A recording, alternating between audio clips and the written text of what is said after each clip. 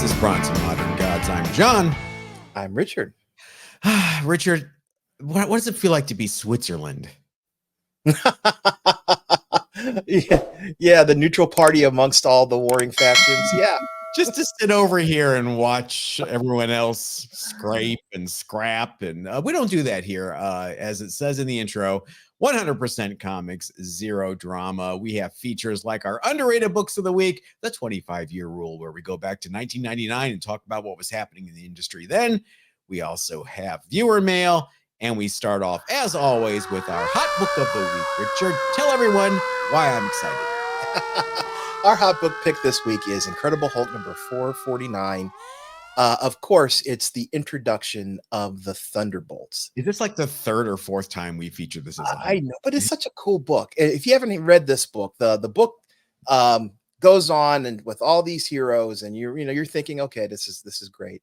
But at the very end, there is this. Not this one. This is the first appearance. That happens in Thunderbolts issue 1. Oh, okay. I'm sorry. You're right. I'm thinking of the big change in issue 1. Right. Yeah, this team has been rebooted several times, but it's always a central theme of villains acting as heroes. That's been consistent across all the different iterations of this. It's interesting. This first appearance, the cover, they only feature Atlas and I forget what Tech 9, I believe was his name. The character there that used to be the Beetle. No Baron Zemo. Oops, spoiler. Sorry. No Songbird. And this really laid down the world building for the Thunderbolts because, the Hulk's out of control. He's actually the bad guy here in this scenario. And these new superheroes, the Thunderbolts, show up to take on the Hulk. And then it leads directly into Thunderbolts number 1, where you get that big reveal at the end. Obviously, this is hot because the trailer for the movie dropped last week. What do we think, Richard? I'm holding out my opinion on it. It didn't wow me, but it wasn't terrible. That seems to be the prevailing commentary on that trailer. It was like, well, it didn't suck, I guess. Yeah, people are very hesitant. It could have sucked. The way Marvel has been putting out trailers recently, could have sucked, but it didn't. So that's a good sign. As far as Incredible Hulk 449, should you buy it? Well, GPA 90-day average for a CGC 9.8 is $248. Meanwhile, there is a newsstand version of this, and the GPA on that is $765. There are 939 9.8s on the census. I really would love to know how many were on the census 2 years ago before this all broke. I know I've had trouble getting a 9.8 of this book. My copy is a 9.6, and I'm kind of happy with it. But I don't know. It was just a regular issue of the Hulk. Then Marvel in the late 90s was not having a lot of success with their launches. You remember all of you watching when Deadpool was part of this new title initiative, and Deadpool was perennially on the cancellation bubble the entire original run. Here we are in 2024. He is one of Marvel's biggest characters. Will this work for the Thunderbolts as well? I don't know. Yeah, there's a lot of personalities involved in this, so we'll see. We'll see. It has nothing that I could see that is a huge red flag, but we never know. We'll see how these characters all interact and how well it works out. Not for nothing. Let's look at this Mike Deodato cover. Mike Deodato, really popular at that point in his career. You've got the Hulk in his hot pants. They're not purple. I just want to point that out. Look, okay, Atlas is supposed to be giant, right? Like Giant Man. And he's back there, the perspective, okay. But look at Tech 9. He's almost as tall as the Hulk, right? Shouldn't he be a lot smaller? It's all perspective, I guess. Yeah. It's someone's taking license with perspective for this particular shot to get everyone into the frame at a reasonable size. Did you guys like Mike Deodato and Deodato Studios? Let us know in the comments below. Let's have a nice little debate there while we move to our show and tell segment. Whee! That is some lazy show and tell fingers you threw up there. Oh, I'm sorry. Arthritis. Speaking of the Incredible Hulk, I wanted to show this off. This is Incredible Hulk Annual number 7. And from 1978, I loved this book as a kid. It was John Byrne art throughout. It was Roger Stern writing it. And it had Angel and Iceman and the Hulk versus the Master Mold on the moon. So you have this giant Sentinel versus these guys on the moon. It kind of tied into the end of the Champions run for that series, which John Byrne was doing art for. But I just remember really liking this story, really thinking the art was fantastic. And I don't know if this book gets enough love. This was like a really important book for me in the Bronze Age. And I love Master Mold. I love Sentinels as villains because they could be tuned to whatever they needed to be to advance the storyline. I wasn't a big Hulk reader. I didn't read the Hulk, but I couldn't resist the John Byrne art. And of course, it's Marvel's green-skinned TV sensation, 1978. You know what was happening then. He was on the tube on CBS right after Wonder Woman, Fridays at 9. All right. What is your first show and tell book? Let's see. My first book is Silver Surfer in Black, number 2. I don't know if you remember this. This was a really cool storyline. I really enjoyed watching Silver Surfer through the course of this book, and it's a great miniseries. This is a variant cover for issue number 2. You've probably seen some of the variants of issue number 1 that were they're just psychedelic is probably a good definition of some of the artwork that goes in this series. Any idea who did that? It kind of looks like Ron Lim. Do you know? It does not say. Oh, wait a minute. Here we go. It is Ron Lim. You are just crazy. Yep, Ron Lim. His signature is right there next to his knee. I can tell Ron Lim a mile away, all the way back from his time with Eternity Comics and X Mutants. If you remember that series. Oh, this X Mutants. Exactly. EX. Yes. This is Fantasy Masterpieces number 8. It is the first reprint ever of the very first Human Torch versus Submariner battle in the Golden Age. Mm-hmm. You would think Submariner would have a disadvantage given Human Torch is the embodiment of flames. Well, it kind of in a classic superhero fight manner ended in a draw where the Submariner uses his wiles to trap the Human Torch within a glass tube. And it's kind of like, okay, I can't let him out or he'll burn me alive and he can't get to me. So so it's just a total standoff. And so they agree, all right, I'll walk away, you walk away, and we'll call it a draw. The reproduction of this is so muddy and poor. I don't know what reference they had. If they had old stats or whatever. At the time, that book was less than 30 years old. They were reprinting it. It just seems kind of wild now that it just seems so long ago, the Golden Age, right? Yeah. I mean, nowadays they'd, scan it in at super high res and, use AI to clean it up and all that kind of fancy stuff. You don't remember when they used to use a product that was a process that was popularized by Greg Theakson, an inker, where they would take literal pages from the comic, cut them out, soak them in a solution to bleach all the color, and then dry them, and then shoot the pages from the black and white remnants of the actual pages of the comic. Wow. It was called Theaksonization, and it ruined many a valuable book. But without that, you wouldn't have had those first Marvel Masterworks and things like that printed these Golden Age stories. Mm-hmm. And now probably Greg Theakson's probably like, oh man, where's all that money? What's your next show and tell? Next one is a title I've talked about before, but it's Prodigy. Mark Miller's. This is a great story. It's a 6-issue limited series. The gentleman on the cover is the protagonist. He is a super intelligent person. By super intelligent, he's able to split his consciousness into multiple entities that can constantly work and strategize all at the same time. And he uses that to, he does some amazing things. Story has a bit of a twist at the end of it. I'm not going to spoil it because it's a fun read, but yeah, you can get a hold of these pretty easily. There are virgin variants of number one, which are a little bit more expensive, but this one's probably $10. You can pick it up. This is a perfect subject for a a TV show. 6 issues.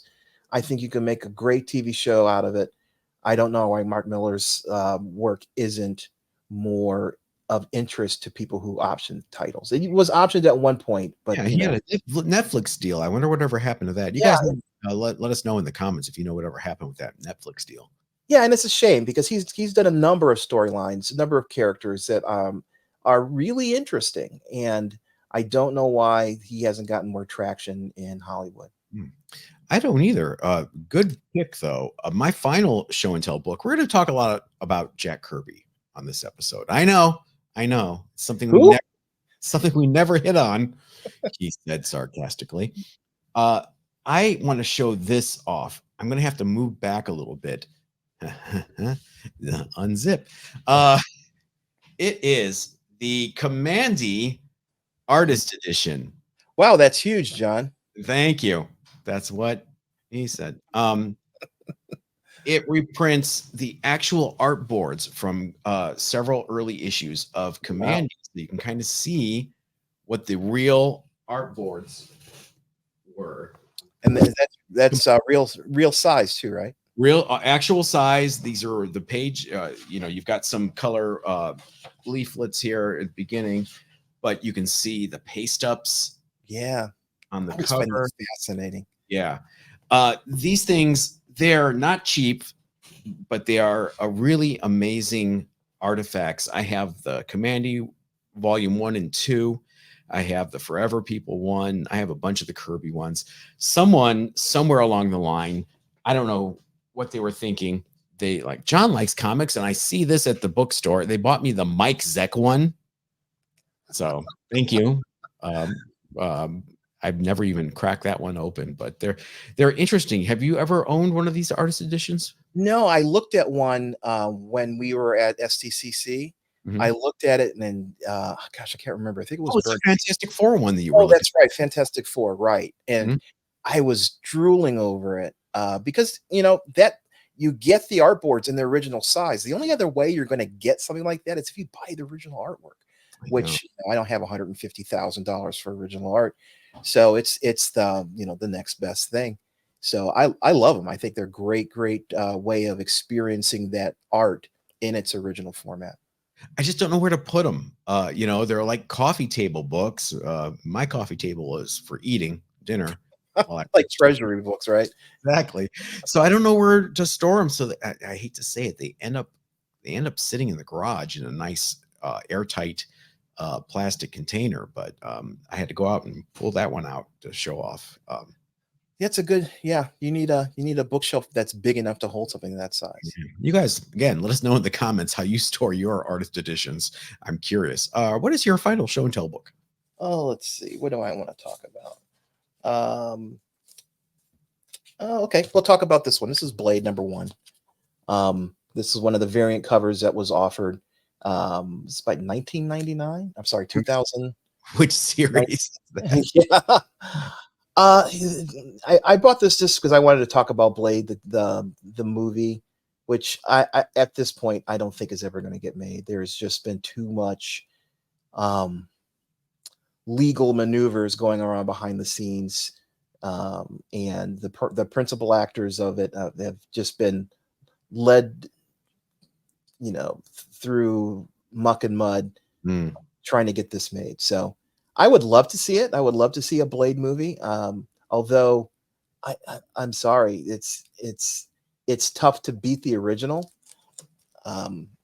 But still, I think the artist, the actor they had picked to play Blade, I thought he would have been a good choice to see if they could top Wesley Snipes. Did you ever see the Spike TV Blade series No, starring Sticky Fingers from Onyx? But um, let's just say it was a basic cable TV series, and we'll leave it at that. Hey, there's nothing basic about supporting the show. Be a member here on YouTube for the cost of $2.99 a month. You can support the show. You get extra show and tell episodes on Wednesday. You get rollicking live streams with us on Thursdays. Wow. Rollicking, you like that? I do. Easy to help support the show. Just hit the join button right here on YouTube next to the subscribe button below, or look in the description for a link if you are on the podcast. And you guys help us out every month. We appreciate it. We have a lot of fun with you on the members only streams where it gets a little looser. There's a little we show a little more uncensored covers. Richard. What? And you just kind of get that you get to feel a little closer to us, and we appreciate it as we go into our viewer mail. You've got mail segment. My first piece of viewer mail comes to us from our buddy Brian Barrows. Hey, John and Richard, I was wondering if you guys have noticed the abundance of great Golden Age comics that have been coming to market through the big three auction sites. I've fallen into the Golden Age rabbit hole, and I've been buying cool stuff here and there. People say the market is struggling, but I've been following Golden Age very closely, and it's not struggling at all. Do you guys think newbies to Golden Age should wait for it to cool off, or do you think this is the new norm for Golden Age, especially the more rare stuff? Lastly, are you guys tracking the Ruben Blades collection coming up on Comic Connect over the next 8 to 10 days? Richard, there is a rare book you may be especially interested in, Negro Romance #1 CGC 1.0. There's just a ton of great books in that auction. Take care and keep up the great work, Brian. Well, Richard, you go first. Do you any interest in Negro Romance #1? I'm not a romance collector. So off the bat, probably not. I love the history behind that. That sounds interesting. I just don't know if I would pull the trigger on actually buying one. I do believe the Golden Age is a great place if you've got comic book money and you're looking for some place to put it.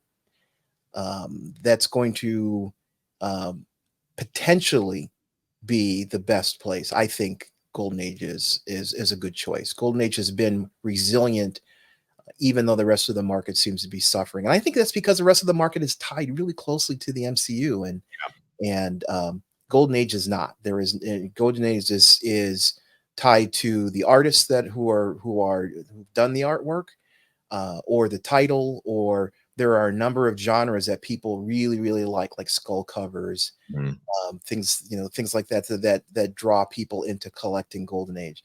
I think it's a good time to buy. I mean, with the rest of the market being a sort of in the doldrums, I think it's a good time to use that downward pressure to find good bargains in the Golden Age category.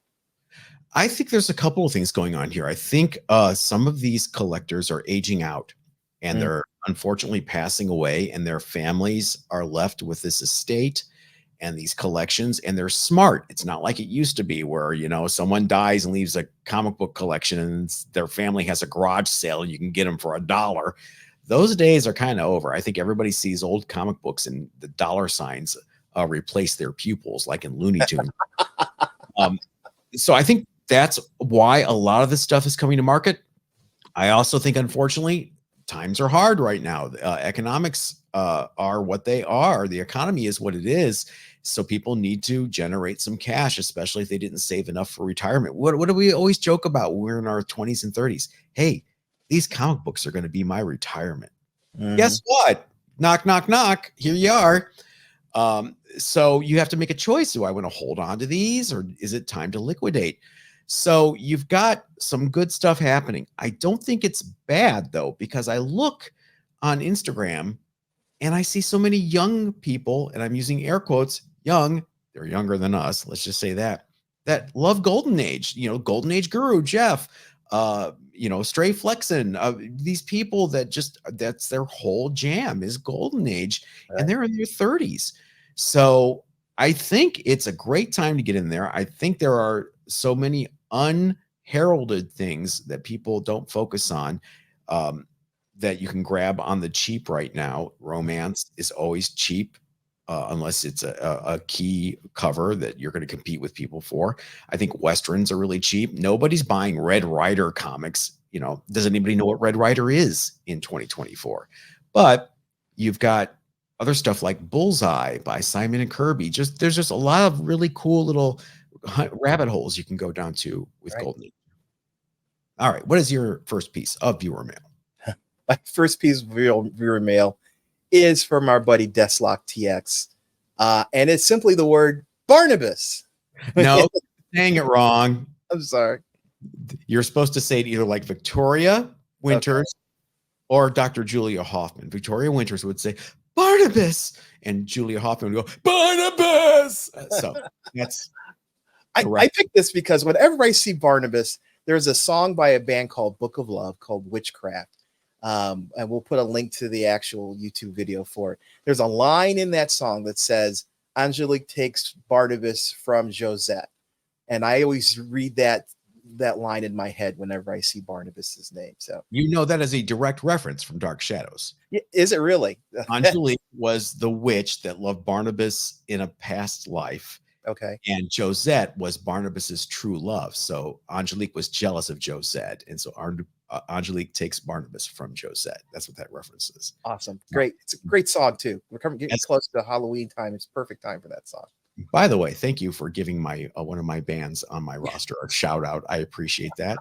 I can tell you, Ted from Book of Love is a huge Dark Shadows fan. We've talked about it. Really? Yes.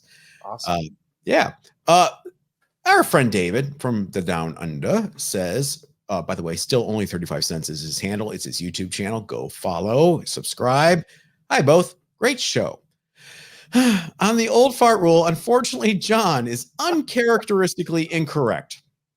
Three-dimensional alien worlds did feature Dave Stevens' art on 3 pages in the interior, featuring Marilyn Monroe to boot. The issue is notable as well as it features the first published work by Art Adams. I now hereby claim my Bronze and Modern Gods No prize. It's in the mail. Yeah, I don't know. I swear, I talked about this on the live members only live stream. I swear, you guys, I went onto comics.org. I looked at the Grand Comics database. I went through each story. I must have just completely glossed over the Dave Stevens reference, 3 pages. But I think the point I was trying to make was people think that's a Dave Stevens cover. It is not a Dave Stevens cover. No, it is not. But I still bold-faced wrong. So I am eating some delicious fried crow right now. What is your next piece of viewer mail? My next piece is from Collect, Play, and Enjoy 2800. And I picked this for a couple of reasons. One, there is this, okay. First sentence is, hey guys, how are you? Kashama? I'm not sure what that. That really sounds like voice to text to me. Oh, it could be. I looked it up, and it has something to do with karma, and I just don't know if it was intentional or if it was. Anyway, please collect, play. Please let us know exactly if there's meaning to that. It's been a bit of time since I've commented on one of your amazing videos, because it's been so long since we've had an amazing video. But that's besides the point. But I just had to do it on this one. You guys took me back to the 1980s, and one of the nostalgic ways that truly relate to me, I was a diehard Alpha Flight reader. Yeah. I could not wait until the next issue was dropped at my local convenience store. Then the worst possible thing that I could imagine happened, and issue number 12, where they killed the Vindicator. And what was Marvel thinking? He was the best superhero ever. He was kind of a dick, but yeah, he was a good superhero. I continued to purchase issues until number 36, when I just moved on. I recently pulled out my Alpha Flight and reread the line. It was an easy read. I like some of the modern comics, but it still brought me back to some of my favorite collecting. The other book I also enjoyed back then was Power Pack. To this day, I still You don't know, understand why the you know MCU why I'm has. laughing. Yeah. Oh, yeah. Okay. Yeah. Go on. Wow. Why Another neither. Power Pack reference to YouTubers. Go on. Yeah, I agree. Power Pack is awesome. Alpha Flight is awesome, but you can't have Alpha Flight, in my opinion, without X-Men. So we'll see. We'll see when the X-Men are in the MCU. If the storyline leads to um, Alpha Flight, that would be amazing. I think it'd be great. You want to talk about Power Pack, John? No, I just, it's been bandied about on several other YouTube channels lately, and I just found that funny. Yeah. Um, Alpha Flight. Wow. Issue 12. It was shocking. It was gutsy, but you got to know what you're doing next. You can't just, take the knees out of your book without a plan. And I just get the feeling John Byrne didn't have a follow-up plan until later when it's like, oh, you know what? I got Heather Douglas here. We can move her into this position. Or Heather Hudson, that was her name, right? And she could be a more interesting character than, as Richard called him, Dick Hudson, James Hudson. So I just remember Alpha Flight 12. I read it. I was shocked. I read issue 13. Wolverine comes back for the funeral, and then I was like, why am? And you get things like the giant pink pearl villain. The giant large woman. I don't know if you remember her.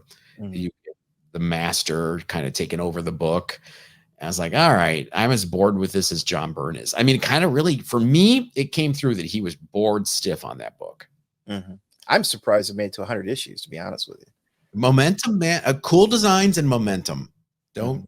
don't discount either of those things. A cool design will get you to issue 50 at least. Darkhawk. My next piece of viewer mail is from Jesse Ambrose, referring to my Stone Roses T-shirt I was wearing last week, which on Instagram people went nuts when I was wearing that shirt on a live sale. I was like, all right, John. The Stone Roses shirt is wicked. Manchester was an awesome time for music. In Spiral Carpets too, and the OGs, the Smiths. Now show us your Cocteau Twins or my Bloody Valentine shirts. Well, Richard. Oh, Richard and I both have Sundays t-shirts. Does yeah. that work? I have had Cocteau Twins shirts. Did you see them in Cleveland at the music hall? Oh, boy. I do not believe I did. I would have gone in a heartbeat. I love Cocteau Twins. I saw them in Cleveland. They came through somewhere like for Milk and Kisses, I believe. They actually toured behind that one, their last album. And boy, I love me some in Spiral Carpets. I saw it in Spiral Carpets 6 times. 3 of those by accident. Really? They opened for someone, I can't remember who, maybe James or something like that. I remember seeing Radiohead opening for James at Peabody's Down Under. And we were like, just play your creep song. Hurry up, get off the stage. Yeah, My Bloody Valentine. I remember them from Just Say Yes album. You remember that series? Yeah. They did one of the songs on that album, and I played Soon. it to death. Yeah. I remember buying that album on CD, putting it on, and thinking, oh, it's broken. The speakers are messed up. They're out of phase. What's happening? The mastering is bad. And I realized, oh, it's on purpose. And then they spent 112 years doing their follow-up. Richard, what is your next piece of your mail? 116, I think. Mm-hmm. My next piece is from Vexer, also from Instagram. I'm talking about the Bleeding Cool article about okay, I'll just read it. For Bleeding Cool article about IDW creating comics for $200 a page, we definitely have to know how much they spend now. Yes, I would love to know that. We should also know how much Marvel and DC spend to compare. With that said, aren't artists on multiple books at once? This way, publishers can spread the cost. Okay. I would love transparency and knowing how much it costs Marvel and DC to put out, let's just say the average X-Men or the average Batman comic. That would be an interesting metric to know. IDW doesn't have the same caliber, I Mm. think, of content, and therefore they most likely spend less on a book than DC and Marvel. But I would still love to know what it is. And yes, artists are on potentially more than one book, but there's still there is a limit to how much work they can get done in a 30-day period. And the question is $200 a page, and that's per page for the artist, for the writer, and whatever other services are handled, like inking and things like that. So they're not making $200 a page. They're making maybe $100 a page. And is that enough to keep the lights on? Even if you're doing multiple books, again, there is a limit to the number of books you can draw at a time. And that's the question: is this still a sustainable wage for artists? Everybody, not just artists, everybody that does any kind of white collar work, you better learn how to do AI prompts real quick. Yeah. Watch some YouTube videos. AI may not replace you if you can control it and integrate it to what you do. I already do it in my job. And same here. I've taken an initiative of studying AI and working towards goals for the company that I work for, and it's paid off. People have noticed that effort, and helping me move in a direction that is a little safer from job security standpoint. So you can shake your fist at the comet, or you can say, "Let me jump on when it goes by." Right. Your choice. It's kind of depressing that 2024 we're talking about artists being replaced by AI, but you can use it to augment what you do and add your own spin to it. It doesn't have to be replacing you. Didn't have to worry about these things 25 years ago. The only thing you had to worry about 25 years ago was, when is that next Bush album coming out? I did not worry about that. You are much more concerned about Ugly Kid Joe and Candlebox. It's the 20-year rule. That's just mean. Why would Ugly Kid Joe and Sublime getting shrapnel? My choice here for 25-year rule, 1999, we go back 25 years, is no surprise. It's Captain America Annual 99. Now, in this portion of Marvel's history in the late 90s, they had stopped numbering their annuals. I think the thought was, ooh, Captain America Annual number 18 doesn't sound too appealing, so we'll just leave a number off of it and do them as one cuts. If they only knew. If they only knew. This was the Cap Annual for that year. And if you look on the cover, what? It's the ill-conceived deconstruction of one of his villains from Mark Grunwald's era, the Flag Smasher. Oh, yeah, that white costume with the black cape was old-fashioned. Let's just make him shirtless and put Smash across his chest. Yeah, not a fan. It looks like something designed by Epitaph Records. I usually like Joe Casey's scripting, especially when he took over Cable. It made that book actually about something after just being about a cool guy with a cybernetic arm. But this is one of the rare misfires from Joe Casey. Basically, Flag Smasher has turned into some berserker, super strength guy by Roxanne Oil. It did not stick past this appearance. They immediately retcon this, smartly so. And I think, maybe the idea wasn't bad. The redesign is the biggest problem. Richard, does that look like a cool character to you? It looks terrible. I mean, just the fact that they have to put the letters "Smash" on his chest to identify who he is. I mean, it's a big problem. I don't get it. He's got Flag Smasher's belt and the mace. So you're keeping those things. Do you remember Flag Smasher? Do you remember what he looks like? Vaguely, yeah. It was a very super villainy costume. So I can see why they wanted to update it a bit, but this is not the way, guys. You can buy a copy of this on eBay for $3, which is really surprising because the cover price in 1999 was $3.50. Oh, that's awesome. Tells you how hard this stuck, which was not at all. Moving on to our underrated books of the week, Richard. Okay, I am a huge fan of auto racing, specifically back in the 50s and 60s when you took your life in your hands. You got behind the wheel of a car, you put your goggles on, you put your hard hat on, you put your racing gloves on. The engine was 3 inches from the back of your head. Mm. Uh, it was a adventurous thing to do and to be a race car driver. My pick this week is actually a foreign a comic. It's Michel Vaillant, Le Grand Défi, which means the Great Challenge. And this was released in France back in the late 50s, 1957 it started. And they released them in something called albums. And so instead of just loose paper comics with staples, these were hardbound. And you can see in the picture here, you can see the spine is there bound. And they put this book out for it's still being Michael Villant is still coming out in France.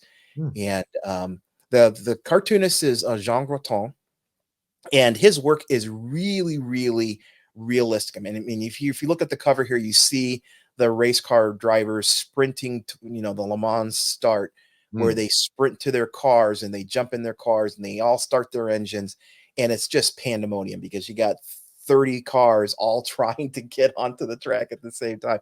It's awesome. They don't do it anymore because of safety reasons. It is Aw. completely unsafe. Uh, Boo. yeah, exactly. It takes that, there's so much of an element of, World War One fighter pilots, knights in their machine, we've lost a lot of that with the technology. Anyway, yeah, I'm a sucker for these early, this period of time. There are a number of books that all focus on this. And again, it's a series that's been running since the late 50s. They actually made a movie in 2003. I need to look it up. I just want to see. My French, by the way, these are all in French. My French is a result of 4 years of high school education. Mhm. So, oh, actually, I had a good French teacher. I have to say, I had a good French teacher. I can understand more than I can speak, and I Très can read. bien. Certainement. So I can eke my way through by inferring, that's a beautiful thing about Romance languages. Mm. Restaurant in French and in English are, is a restaurant. So there's Restaurant. a lot, there's a lot of stuff that you could just infer. So, but yeah, the main character is Michel Vaillant, and he's a race car driver, sportsman. His main job is to be a Formula One racer. He's won the Formula One champion 4 times in the comic, so he's really good at his job.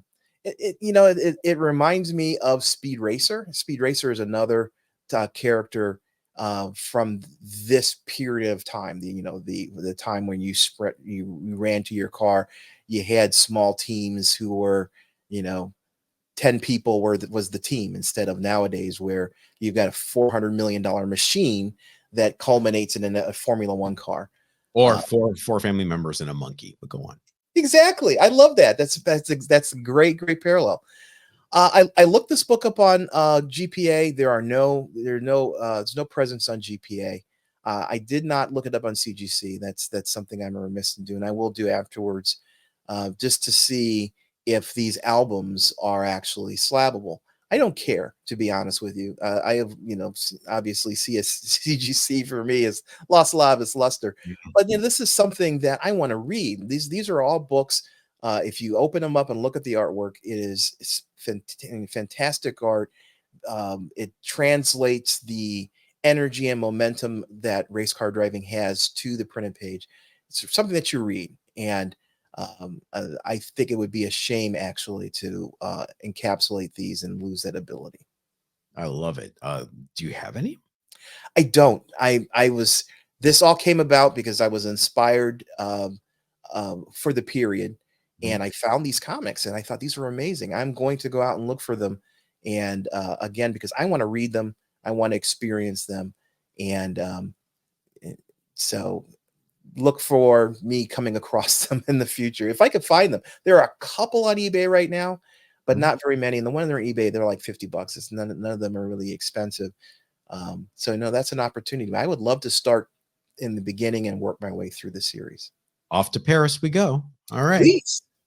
My underrated book of the week is, again, another Captain America reference, another Jack Kirby reference, but it is one of the most important comic books of the Marvel age, yet not a lot of people realize why.